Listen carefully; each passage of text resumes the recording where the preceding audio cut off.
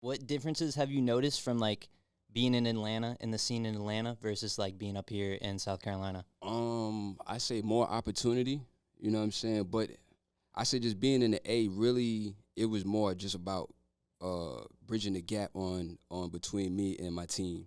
So it's like I'm just more hands on. We're more focused on what we got going on. It's really no back and forth. It really just cut out the need for constant communication. Where really we can set the whiteboard and then go and execute. But the A is just the whole vibe of the A. Man, I be up in that thing getting gassy, got the feet in the ground. Where we be at is a great location. It's love, great energy. But the A itself is black. It's beautiful. Carolina is black and beautiful as well, but it's just more open to everything. Like matter of fact, we got pulled over. We were doing something. It was some bullshit traffic violation on somebody else's behalf, but they pulled us over. We was getting gassy. They ain't even say nothing about the gas now. They was like, you know what? Watch what y'all doing on that road now. Y'all get home safe. Ain't say nothing about the gas. Carolina, I'm gonna need you guys to go and step out the vehicle. What? Fast too. Well, never mind the traffic violation, but I smell marijuana. Come on and step out. They don't even want to see your ID. They want you to step out first. Come here so I can talk to you. We could be a little bit more comfortable. I don't know what you got in there. Yeah, you know. But the A is more lenient. It's more of a vibe, and the biggest thing is the separation. Like, you know what I'm saying? I'm less accessible.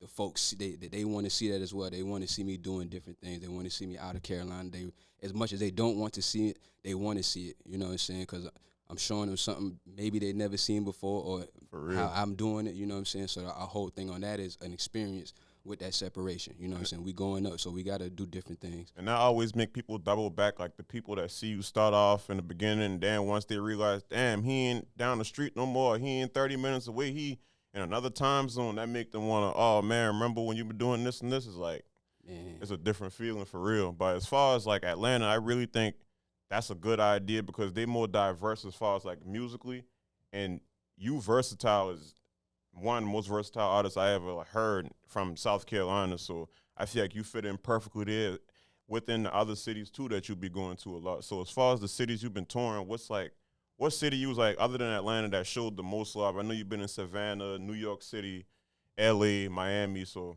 man, you'll be surprised out of all the city that really showed the most love, like like just randomly, was Charlotte. Like we was in Charlotte at Sync Fest with DJ Eastside, and a lot of folks just remember me from the what I did with DJ Chuck T at the Charlotte Arena with the Hornets from Industry Night, and from other events we've been performing along this tour, along this journey right now. So that's been like a lot of folks like, hey, man, you don't even follow me back. A lot of men, you don't even follow me back. Getting that. Or, man, that's you. Man, hey, what's up, man? I just reposted you. And I'm like, what? I didn't know. Exactly. You know what I'm saying? You so deep in the what you doing. You know what I'm saying? But outside of Charlotte, let me see. Austin was cool too. We got love in Austin, South by Southwest. I love Austin. I was about to mess the name up. South by Southwest.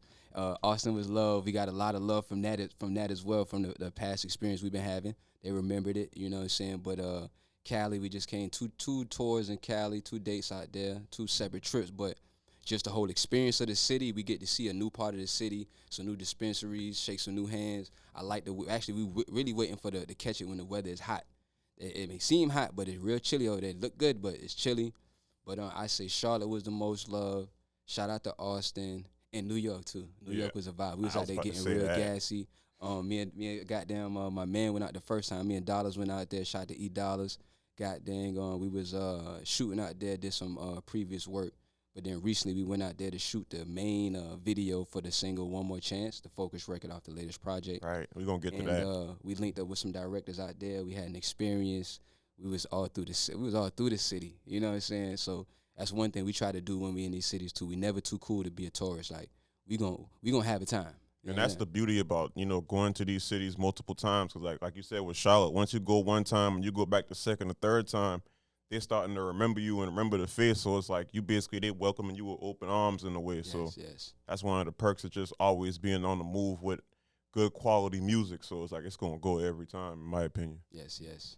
So what got you into music, like, originally? Like, what was the first thing that really steered you in that direction? Just really my predecessor, my grandparents and my mother's always listened to music. Come to find out, my aunt was a crazy pianist. You know what I'm saying? She was crazy. To this day, I never seen her play, but my granddad told me, like, she was nice. So And you just as a kid, teenager, you know, want to do something. I dropped the CD when we was teenagers. You know, folks was talking about it back then a little bit. And then, let me see. I was when I really took it serious. Let's say about 2012. I say I graduated from college, and then I was looking for something to do. Started a production company. So I was like, shit, I can make music too, and combine the two. And then 2015, I met my engineer, grown man, still with me to this day. That's when we really went full throttle. I was able to find my sound. Actually, I take that back. Before I was in the process, before I met Grown, I was in the process of finding the sound. Shout out to Doughboy, Street Drummers, BB Slim, goddamn BCM Studios out there in Charleston. That's when I was coming. I was coming up to Charleston. In 6 months, there was 6 months I was coming to Charleston to record. Grown man was reaching out to me to come record in Beaufort. But I was like, nah, I'm good in Charleston. And then I finally came through. That's when I locked in and I found my, you know what I'm saying, I was at the White House, infamous White House. Shout out to Port Royal, Beaufort, you know what I'm saying? And ever since then, 2015, we've been going crazy. We 7 summers in right now, I believe. We going for 10 summers, no fumbles. We still going, you know what I'm saying? Like, it's been a time, you know? Absolutely, dude. Yeah. And your style is different than, you know, most people here in South Carolina making music.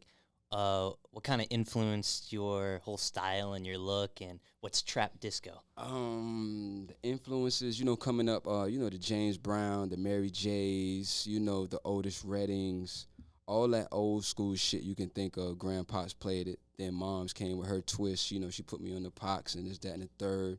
And my aunt and my uncles too. They was off the DOS effects. Like I got a lot of different melting pots. You know what I'm saying, of music. Then my cousins introduced me to the Dungeon Family, Field Mob, all of that. You know what I'm saying. Then I got on my Dipset, you know, all of that. And then some more references for the music influences. It was just really and Andre 3000, and just like it was. How can I say it? Like it's easy to do the shit everybody else doing. That was always easy. But it was kind of fun and also discouraging. Like, let me do some other shit. If I'm gonna talk that shit on the whatever I'm doing, let me dress it up in the bow. Cause you from that era, like you really can't it's really not good to disclose everything you're doing and how you're doing it. For real. You know what I'm saying? Mm-hmm. So put a disguise on it, you know, have fun with it. And that's really what came from the differences of it. And just trap disco really came from Grown. He had a dream saying that something y'all talk to him later about the dream that, you know, but he had a dream. He saw that I was the one who's gonna execute it, and because all of the sound, everything from Heat of the Night to Graduation, production wise, that's from him. Like he hit like when we go to record, we go to different places. We might take a trip somewhere, go record, but before we record, I don't hear none of the beats. So whenever he plays, when we sit down and record, I'm giving it to you right then. Everything that you've been hearing since Heat of the Night, we cooking up on the spot. Like, just how we sat down, played it, that's the hook. Let me go into it. We ain't writing no verses neither. I'm straight coming to you, just how I'm feeling, past experience, or whatever the universe bringing to me at the time. So, and the whole character with it was like, shit, we making that kind of music. I wanna bring that feeling back. Folks getting lost. Like, just, if you're gonna be geeked up, let's get geeked up and have fun. Let's get geeked up and make love, or let's do whatever you want to do, but don't let's get geeked up and do a whole bunch of negative shit, because that bring other energy. Let's keep the energy right, moving forward, you know what I'm saying? So, and it was like, disco is not too many folks got to experience the disco, and not too many folks get to experience the trap. Let's bring the both two together, you know what I'm saying? That's innovating for real. Like, that's just a different way of just stepping outside the box, because nowadays, like I said, like you said, everybody trying to be like what's popping right now, and I feel like they don't understand that you got to be the one to step outside the box and change it. And, you know, it's going to be some people be like, man, this awkward or this crazy, but after a while, they did it with Young Thug and a lot of other artists that, like, you know, genre bending, like, type music and stuff like that. So that's really, like, you starting a whole new wave. So after a while, you start see people trying to copy your style. So, and I appreciate that. Like I said, I appreciate y'all time to even have me on here, you know, to talk about it, because that was truly it. I remember when me and my man first started, folks had made a post like, yo, because I believe we was going so crazy. I think we did about 100 songs, 100 days. And around that time, like, I'm recording crazy with my man, out of my pocket. So it's like, shit, at least let me get 100 for the feature. Folks are feeling some type of way about that at the crib. Even made a post like, yo, who is this guy? He doesn't represent South Carolina, whoop-de-whoop. But you said, niggas didn't see the vision, and also people feel what they don't understand. It was something different. It was just something different. You know what I'm saying? And that, like I said, can also be discouraging. But I've been going through that shit for so long. It's just the fact that I'm owning it now. I'm owning it. And it's like, if you don't like it, it ain't for you. Some folks is gonna like it. But I ain't gonna lie, the shit, ain't nobody said our shit whack. It's just some folks may not understand it.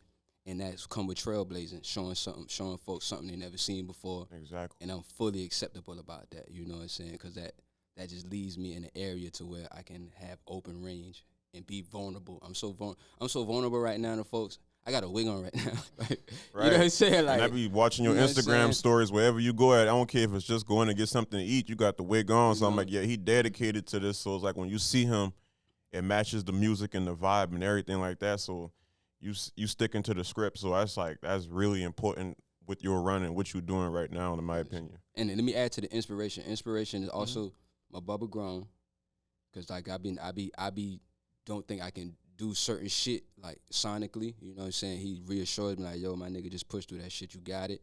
And Dolomite, the new movie Dolomite with Eddie Murphy, that solidified the character for us to keep it going. For me, I just getting gassy one day, watched it like, you know what? I got to create a character for the experience, because I could have did all of this with the Wicks out. Some folks like, hey, I prefer the Wicks. I like the Wicks, but at the same time, like, not saying it's not me, but I done been in the airport with this shit and folks stopped me. TSA stopped me to take a picture with me. So it's like everywhere we go, folks ask me, is it real? They like the hair. They want to know. It builds something, you know, to get them want to engage. So it's like that boils back to what we're in, the foundation of the music business, the entertainment business. So I got to entertain these folks. And the importance about you bringing trap and disco together is like you reaching all ranges, because like you got the older people that like rap music, but they still dedicated to the funk and, you know, the old disco that they grew up on. So it's like you mixing all that together. So now the young kids like it, and then the older generation. So it's like you get the best of both worlds. And a lot of people can't do that because you don't really curse too much in your music. Like, I don't really hear too many curse words. So it's like you making family-friendly music in a way, so it's like you can play it in the car with everybody. Not, you know, there's some artists you can't play when you taking your mama to the store or something like that, you know, so it's like, they turn that shit off. What is this? Like, you know, so it's like you got hidden gems in your music, and like your style is just so different from everybody else, and I feel like that what makes it golden along with the music itself. So I appreciate that, you know, and the biggest factor of that I'm realizing now, like I try not to curse. I don't really curse just in you know, I might talk shit like that, but if I'm talking to you, I'll try not to curse because I want you to understand me and feel me. And most importantly, I got my nephews listening. You know what I'm saying? Right. My sister be hitting me every other day. My Jew start with, I think, Back to Back, or he start with Country to Prince, that tape, that project from Low Country, but them boys listening, they watching. So it's like I'm trying to show them, like, you can do whatever outside of the regular 9 to 5, or you can be creative and just give it your all, you know what I'm saying, and just have fun with it. That's the biggest thing, have fun with it, you know what I'm saying? And you can't really have fun if you cursing like that, you know what I'm saying? You can, but like I said, we trying to touch the masses and go global in this. We ain't trying to put no limitations on this.